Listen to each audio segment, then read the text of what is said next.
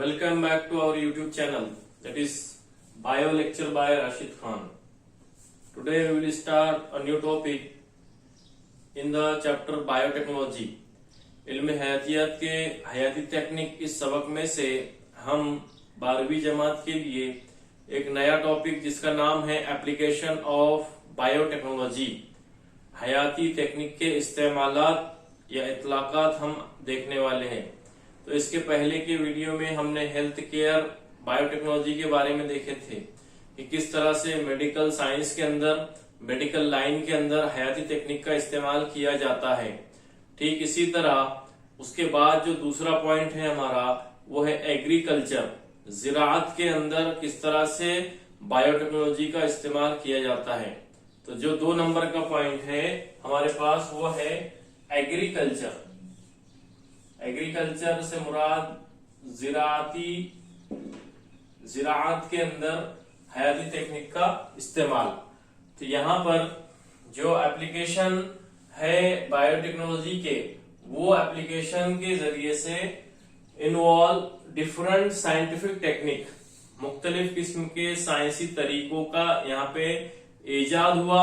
उन साइंसी तरीकों को ज़िराअत की पैदावार में, ज़िराअत के अंदर उन साइंसी तरीकों का इस्तेमाल करके, मुख्तलिफ टेक्निक का इस्तेमाल करके ज़िराअत की पैदावार में इजाफा किया गया और वहां से हमको ज्यादा पैदावार हासिल हुई। तो इस तरह से ये जो टेक्निक है मुख्तलिफ किस्म की, वो एप्लीकेशन ऑफ साइंटिफिक टेक्निक यहाँ पे डेवलप की गई। जेनेटिकली मॉडिफाइड ऑर्गेनिज्म, ये एक टेक्निक है कि ऑर्गेनिज्म, चाहे वो प्लांट हो या फिर ऑर्गेनिज्म या माइक्रो ऑर्गेनिज्म हो, उनके अंदर क्या किया गया, जेनेटिकली मॉडिफाइड किया गया उनको। जो जीनियाती तौर से ऑलरेडी उसके अंदर कुछ खुसूसियत है लेकिन कुछ खुसूसियत की कमी है, उस कमी को पूरा करने के लिए या उस कमी को दाखिल करने के लिए उनको, ऑर्गेनिज्म को या प्लांट को जीनियाती तौर पर क्या किया गया, मॉडिफाइड किया गया और अपडेट किया गया, जहां से उनसे हासिल होने वाली पैदावार वो उसके अंदर इजाफा हो गया। तो यहाँ पर ये एग्रीकल्चर फील्ड के अंदर किया गया। इसकी मिसाल जो है तो बीटी कॉटन है, पेस्ट रेजिस्टेंट प्लांट है और मुख्तलिफ किस्म की टेक्निक है। तो यहाँ पे जो बीटी कॉटन है ये एग्जाम्पल प्लांट की है। तो प्लांट के अंदर एक बैक्टीरिया जिसका नाम है बैसिलस thuringiensis, इस बैक्टीरिया को प्लांट, स्पेशली कॉटन के प्लांट के लिए, कपास के प्लांट के लिए इस बैक्टीरिया को दाखिल किया गया, जिससे क्या हुआ कि इसके ऊपर होने वाले जो हमले होते थे मुख्तलिफ किस्म के इंसेक्ट के, जो बीटी कॉटन, जो कॉटन का प्लांट है, उस प्लांट के ऊपर जो हमले होते थे मुख्तलिफ किस्म के इंसेक्ट के, वो हमलों से ये कपास की फसल महफूज हो गई, क्योंकि इसके अंदर कुछ ऐसे मादे बैसिलस बैक्टीरिया के जरिए से दाखिल किए गए कि वो इंसेक्ट इन कपास की फसलों को नुकसान नहीं पहुंचा सकते। वो अगर इसके ऊपर नशोनुमा पाते हैं या उसके पत्ते अगर खाते हैं तो कुछ ऐसा मैकेनिज्म होता है कि उनके गट के अंदर, जो इंसेक्ट होते हैं उनके गट के अंदर, हलक के अंदर ऐसा मादा पैदा होता है जिसकी वजह से वो खत्म हो जाते हैं या मर जाते हैं। तो ये एक टेक्निक है, ज़िराअत के अंदर इस्तेमाल होने वाली एक टेक्निक है। क्या किया गया, जो प्लांट है कॉटन का, उस कॉटन के प्लांट के अंदर जीनियाती तौर से ऐसी तब्दीली की गई जिसकी वजह से क्या हो गया, वो प्लांट मुख्तलिफ किस्म के इंसेक्ट से दिफा करने के लायक हो गया या उससे जो है तो लड़ने के काबिल हो गया। तो उनकी इस जो खुसूसियत को, उनकी इस खुसूसियत की वजह से क्या हुआ, कॉटन की पैदावार में इजाफा हो गया। कॉटन के ऊपर जो हमला करते थे मुख्तलिफ इंसेक्ट या हशरात, उनसे क्या हो गया, बचाव हो गया और फसलें बर्बाद होने से महफूज हो गई। तो इस तरह से बहुत सारे जो टेक्निक है, बहुत सारे जो साइंसी तरीके हैं, वो ज़िराअत के अंदर इस्तेमाल किए गए और वहां से पैदावार में इजाफा किया गया। तो ये एक एग्जाम्पल हमने देखे बीटी कॉटन की। ठीक इसी तरह पेस्ट रेजिस्टेंट प्लांट के अंदर ऐसी खुसूसियत को दाखिल किया गया जीनियाती तौर से तब्दीली करके कि वो क्या हो गए, पेस्ट से लड़ने के, जो मुख्तलिफ किस्म के हशरातुल अर्ज है या इंसेक्ट है ये हमला करते हैं मुख्तलिफ फसलों के ऊपर, तो उनसे लड़ने के काबिल हो गए, उनसे मुदाफियत करने के काबिल हो गए। तो ये पॉसिबल हुआ हमारे पास एग्रीकल्चरल यूज, एग्रीकल्चर के अंदर बायोटेक्नोलॉजी का यूज किस तरह से हमने मॉडिफाइड करने के लिए किए। तो ये एक दो एग्जांपल है यहाँ पर। इसी तरह जो है biotechnology, it helps in modifying plant. हमने देखे कि प्लांट है, अगर वो प्लांट पैदावार में अगर उसकी कमी है या फिर बीमारियों से मुदाफियत के अंदर उसके अंदर कमी है, तो उसको मॉडिफाइड किया गया, अपडेट किया गया, उसके अंदर कुछ ऐसे जीन दाखिल किए गए इस बायोटेक्नोलॉजी की मदद से, ताकि वो उस बीमारी से या अपनी उस कमी से वो दूर हो सके या उससे उसके अंदर वो खुशियत पैदा हो सके। इसी तरह it helps in modifying plants, animal and micro organism. ये तीनों के लिए है, प्लांट के लिए भी है, ऑर्गेनिज्म के लिए और एनिमल्स के लिए भी है और माइक्रो ऑर्गेनिज्म के लिए भी है। तो इन तीनों के अंदर चेंजेस किया गया, इंप्रूव किया गया and improve there agricultural activity. अब यहाँ पर मॉडिफाई इसलिए किया गया ताकि उनकी जो एग्रीकल्चरल एक्टिविटी है, जो पैदावार है या और दूसरे फवायद हम उससे हासिल कर सकते हैं, इसलिए उनके अंदर मॉडिफिकेशन किया गया। तो यहाँ पे ये जो टेक्निक है बायोटेक्नोलॉजी, इसका इस्तेमाल करके मुख्तलिफ बायोकल्चरल एग्रीकल्चरल एक्टिविटी के अंदर उनके इजाफा किया गया। किनके? प्लांट है, एनिमल है, माइक्रो ऑर्गेनिज्म है, इनके अंदर मॉडिफाइड करके, चेंजेस करके उनकी पैदावार में, प्रोडक्टिविटी में इजाफा किया गया। ठीक इसी तरह एक ब्रांच है हमारे पास टिश्यू कल्चर। टिश्यू कल्चर कहते हैं बाफ्त अफजाइश, बाफ्त की अफजाइश या फिर टिश्यू की जो है तो अफजाइश करना या बाफ्त की अफजाइश करना, नसीजों की अफजाइश करके मुख्तलिफ जो है तो खुसूसियत को हासिल करना। तो यहाँ पे टिश्यू कल्चर एक फील्ड है प्लांट के अंदर या ना एनिमल्स के अंदर। Tissue culture micro propagation level है इसका, यानी बड़ी स्केल के ऊपर, लार्ज स्केल पर, that is large scale propagation of plant in very short duration. पैदावार में इजाफा किया गया टिश्यू कल्चर का इस्तेमाल करते हुए, नसीज की अफजाइश का इस्तेमाल करते हुए, और क्या किया गया, बहुत कम वक्फे के अंदर, बहुत कम वक्त के अंदर उनकी जो है तो क्या किया गया, plant in very short duration, और पैदावार की गई बहुत कम वक्फे के अंदर, और इजाफा किया गया पैदावार में बहुत कम वक्फे के अंदर। It is the best method of जो है तो टिश्यू कल्चर, ये एक बेस्ट मेथड है इसके लिए, जर्म प्लाज्म टेक्निक के लिए। जर्म प्लाज्म के अंदर मुख्तलिफ खलियात जो है तो इसके स्टोर किए जाते हैं, maintaining a specific genetic type, और मुख्तलिफ अलग अलग जो है तो ये तरीके होते हैं जिनके अंदर जेनेटिक टाइप को मेंटेन किया जाता है, क्लोन किया जाता है और इसको स्टोर करके रखा जाता है। इट इज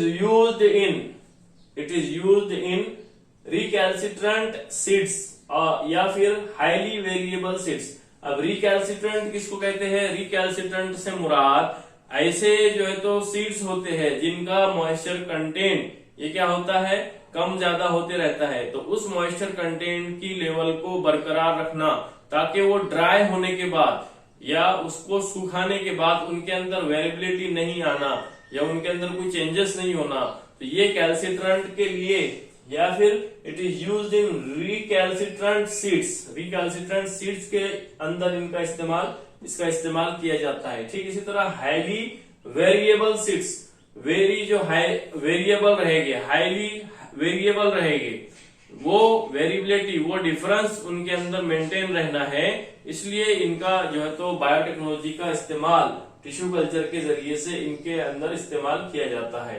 तो यहाँ पे मुख्तलिफ साइंसी टेक्निक का इस्तेमाल ज़राअती पैदावार में इजाफे के लिए किस तरह किया जाएगा, यही बायोटेक्नोलॉजी का इस्तेमाल है, इतलाकात है। तो यहाँ पर एग्रीकल्चर ये कंप्लीट हुआ। उसके बाद तीसरे नंबर का पॉइंट है हमारे पास, वो है gene therapy.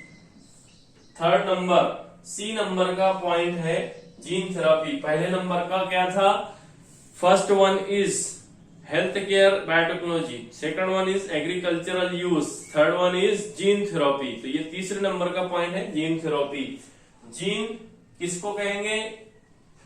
stretch of DNA to make a functional product, stretch of DNA to make a functional product such as part or all of a protein। DNA का जो एक टुकड़ा है, डीएनए का एक टुकड़ा है जो क्या करेगा, फंक्शनल अफआली इकाई जिसको हम बोलेंगे, अफआली इकाई को क्या कहेंगे हम, डीएनए की अफआली इकाई को जीन कहेंगे। डीएनए का छोटा सा टुकड़ा जो किसी खुसूसियत के लिए इस्तेमाल किया जाता है और रेस्पॉन्सिबल होता है, जिम्मेदार होता है, उसको हम जीन कहेंगे। सच एज पार्ट ऑफ और all of A protein, DNA codes specific gene. तो ये प्रोटीन का हिस्सा ही होते हैं, तमाम जीन ये क्या होते हैं, प्रोटीन का हिस्सा होते हैं जो कोड करेंगे स्पेसिफिक जीन को, जो कोड करेंगे स्पेसिफिक प्रोटीन को, उसको हम कहेंगे जीन। अब जीन थेरेपी किसे कहेंगे, तो जीन थेरेपी की तारीफ यहाँ पे है, treatment of disease by replacing और अल्टरिंग और supplementing a gene. Treatment of disease, किसी बीमारी का या किसी नुक्स का इलाज करना, किस तरह से, अल्टरनेटिंग ऑफ ए जीन को तब्दील करके, या फिर रिप्लेसिंग, अल्टरिंग और सप्लीमेंटिंग, तीनों एक ही है कि किसी जीन को निकाल कर, किसी जीन को रिप्लेस करके, उस नुकाइस वाले जीन्स को रिप्लेस करके अच्छे वाले जीन्स को, खुसूसियत वाले जीन्स को उसके अंदर दाखिल कर लेना, ये हो गया जीन थेरेपी। तो क्या होगा, replacing, altering, supplementing a gene that is absent और एबनॉर्मल। एब्सेंट एंड एबनॉर्मल मतलब उस बीमारी जो नुक्स उसके अंदर मौजूद है पहले से, एबनॉर्मल जीन जिसको हम कहेंगे। एबनॉर्मल जीन जो नुक्स को पैदा करने वाले जीन होते हैं, नुक्स के लिए जिम्मेदार जो जीन होते हैं वो एबनॉर्मल जीन्स कहलाएंगे, या फिर वो जीन एब्सेंट होते हैं जो जिसकी वजह से वो बीमारी लाहक हुई है। And whose abnormal and absent is responsible for disease. यही बताया मैंने कि जो बीमारी उसकी वजह से पैदा हुई, वो जीन की अब्सेंस की वजह से या उस जीन के एबनॉर्मल होने की वजह से जो बीमारी लाहक हुई है, उस जीन को हटा दिया जाता है, रिप्लेस कर दिया जाता है, और उसकी जगह एक उम्दा खासियत वाला जीन दाखिल कर दिया जाता है, ताकि वो नुक्स को जो है तो वो हटा सके, उस नुक्स से उसको फायदा हो सके। तो ये हो गया जीन थेरेपी। जीन थेरेपी को सिंपल इस तरह से याद रखना है कि किसी नुक्स वाले जीन को हटाकर नए उम्दा खुसूसियत वाले जीन को जिस्म के अंदर दाखिल करना जीन थेरेपी कहलाता है। ये होगी जीन थेरेपी की तारीफ। अब यहाँ पर जो उसकी एग्जाम्पल है जीन थेरेपी के जरिए से क्या हम कर सकते हैं, उसके जरिए से हम कर सकते हैं कि सिस्टिक फाइब्रोसिस ये एक बीमारी है, उसकी एग्जाम्पल है सिस्टिक फाइब्रोसिस, जीन के नुक्स की वजह से होने वाली बीमारी। ठीक इसी तरह हीमोफीलिया, उसके बाद muscular dystrophy changes gene resulting in the condition other condition high cholesterol high BP. अब यहाँ पे जो हीमोफीलिया है, मस्कुलर है, डिस्ट्रॉफी चेंजेस, ये जीन के नुक्स वाले जीन की मदद वजह से ये बीमारी जिसमें के अंदर लाहक होती है। कौन सी बीमारी, cystic fibrosis, haemophilia, muscular dystrophy और बहुत सारी बीमारियां हैं। तो यहाँ पे result in condition other condition, अगर इसके अलावा जो कंडीशन है, जैसे मिसाल के तौर पर ज्यादा कोलेस्टेरॉल है, हाई कोलेस्टेरॉल का मिकदार है जिसमें के अंदर, इसी तरह हाई ब्लड प्रेशर है, ज्यादा ब्लड प्रेशर खून का दौरान ज्यादा है, तो उस कंडीशन में जेनेटिक और एनवायरमेंटल फैक्टर इसके ऊपर असरअंदाज होंगे। जेनेटिक, जीनियाती और माहौलियाती फैक्टर अज्जा इसके ऊपर असरअंदाज होंगे और वो कॉज करेंगे डिसीज के लिए, और वो रिस्पॉन्सिबल होंगे डिसीज के लिए। मतलब यहाँ पर क्या हो गया, एक तो एबनॉर्मल जीन है और उस एबनॉर्मल जीन के अंदर कंडीशन अगर मेंटेन नहीं है जिस्म के अंदर जो है तो हाई कोलेस्ट्रॉल पैदा हो गया या फिर ज्यादा ब्लड प्रेशर हो गया, तो उसके जरिए से क्या होंगे, वो रिस्पॉन्सिबल करेंगे डिसीज को, कॉज करेंगे डिसीज को। तो तकरीबन यहाँ पे 5000 से ज्यादा डिसीज है, ह्यूमन जेनेटिक डिसऑर्डर जिसको हम कहते हैं, जीनियाती नुकाइस है इंसानी जिस्म के अंदर 5000 से ज्यादा, और उन 5000 नुकाइस को, उन 5000 जेनेटिक डिसऑर्डर को यहाँ पे अलग अलग फैक्टर जो है तो रिस्पॉन्सिबल करेंगे। तो यहाँ पे कुछ मिसालें दी गई है इनमें से जो जेनेटिक डिसऑर्डर है या जीनियाती नुक्स है उनमें से सबसे पहला है सिंगल जीन डिफेक्ट। पहला है सिंगल जीन डिफेक्ट। सिंगल कहते हैं ओनली वन, सिंगल एक, एकेरा।